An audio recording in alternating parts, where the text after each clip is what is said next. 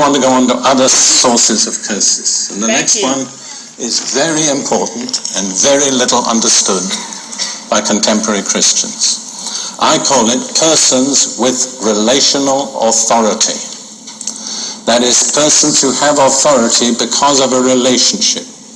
Now, authority is a very unpopular concept in many places, parts of the world today, but the fact remains it's still real.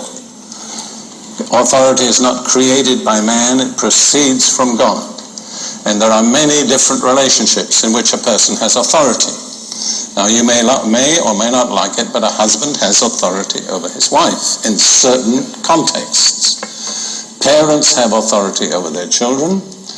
Teachers have authority over their pupils. Pastors have authority over their congregations, just to take a few examples. Now, because of the authority relationship, words spoken by those persons to those under their authority have special supernatural power, whether they're blessings or whether they're curses. And if you look at the Bible, you'll find that second to the blessing of God, the most important blessing that any person could ever have in his life was the blessing of his father or her father. That's still true today. I say to any of you whose fathers are alive, do everything in your power, everything you can to obtain the blessing of your father and your mother, but primarily your father. It makes a lot of difference. When I was saved, I'm afraid I had a bad attitude toward my parents. I thought, they're not saved, I'm saved, they don't understand, I do understand. I praise God, he rebuked me for it. And he showed me that I could not expect his blessing if I didn't honor my parents. And before they died, I had shown them the honor that was appropriate. I don't believe otherwise I could have ever enjoyed the blessing of God in my life and ministry. Now let's consider a few other possible examples. And most of these are constructed out of situations that I have actually dealt with, but I've kind of changed a little so that I don't expose the identity of people. Let's take a father. This is perhaps the commonest of all. A father has 3 sons. The first is the firstborn. Of course, he's always welcome. The third, the youngest, is brilliant.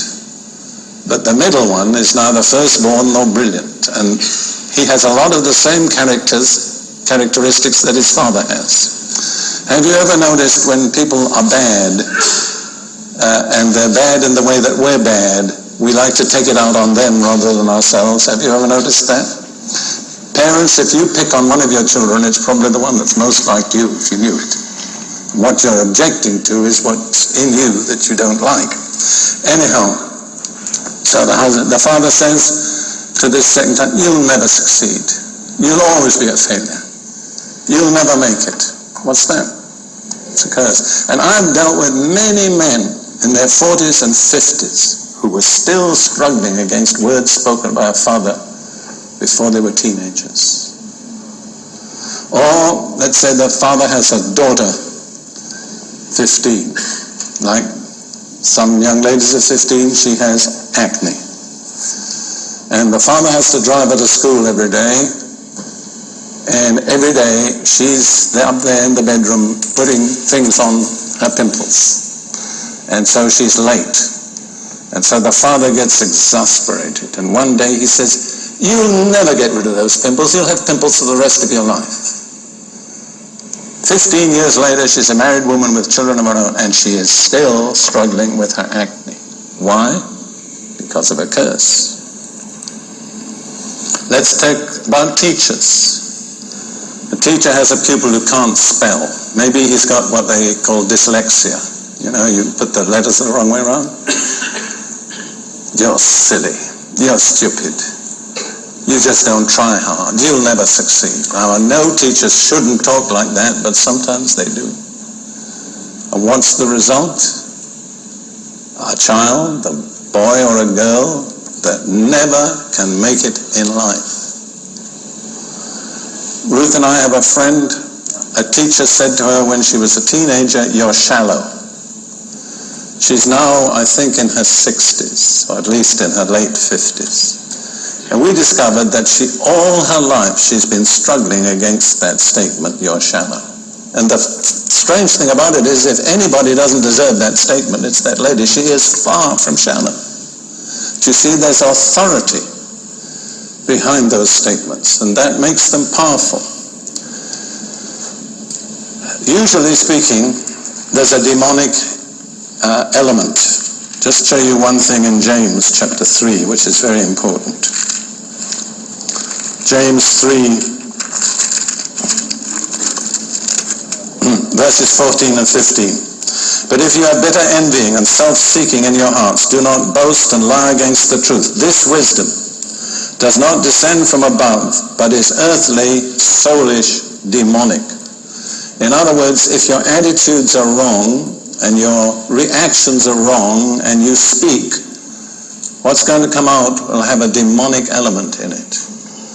Then we come to another tremendously important area. Perhaps the most common of all, what I call self-imposed curses. People pronounce curses on themselves. In Genesis chapter 27, we have the story of how Isaac was going to bless Esau, and the mother, Rebecca, who's the first Yiddish mama, if you know what a Yiddish mama is, switched them, and she got Jacob acting like Esau and claiming the blessing. Jacob wasn't reluctant, but he was afraid, and he said this in verse 11. Jacob said to Rebekah, his mother, "Look, Esau my brother is a hairy man, and I am a smooth-skinned man. Perhaps my father will feel me, and I shall seem to be a deceiver to him, and I shall bring a curse on myself and not a blessing." But his mother said to him, "Let your curse be on me, my son." She took on herself the curse that would have been due to Jacob. A self-imposed curse. Now, if you go to the end of the chapter, just the last verse, you find Rebekah beginning to use very negative language about herself.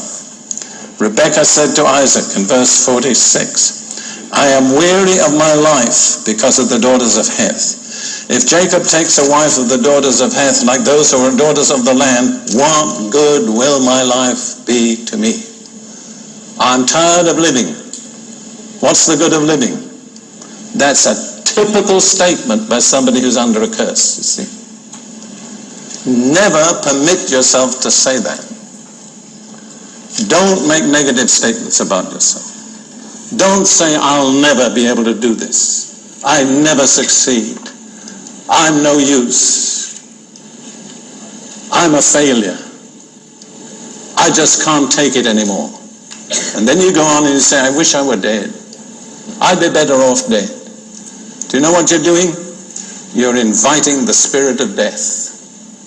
And he doesn't take many invitations. Ruth and I dealt with countless people who needed to be delivered from the spirit of death because they'd invited it. They'd imposed a curse upon themselves.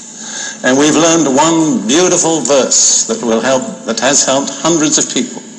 And I'll share it with you. Psalm 118, verse 17. "I shall not die, but live and declare or proclaim the works of the Lord." If you have made a negative remark about yourself, if you have imposed something negative on yourself, you need to revoke it by the positive. You see, as a remarkable example, you know that Peter denied 3 times he knew the Lord. Later on, after the resurrection, beside the Sea of Galilee, Jesus had a personal talk with Peter. And 3 times he said, "Do you love me?" He made Peter affirm 3 times that he loved him. Why did he do that? Because Peter had to revoke the negative statements he'd made before the crucifixion. See? So if we've said something negative and brought some dark shadow over us, we need to revoke the negative and replace it by the positive. And this verse is a perfect one. "I shall not die." Doesn't mean you'll never die, but it means Satan's not going to kill you before your time. "I shall not die, but live and declare the works of the Lord." Then the next common cause of curses is what I call unscriptural covenants. Exodus 23, verse 32. In relation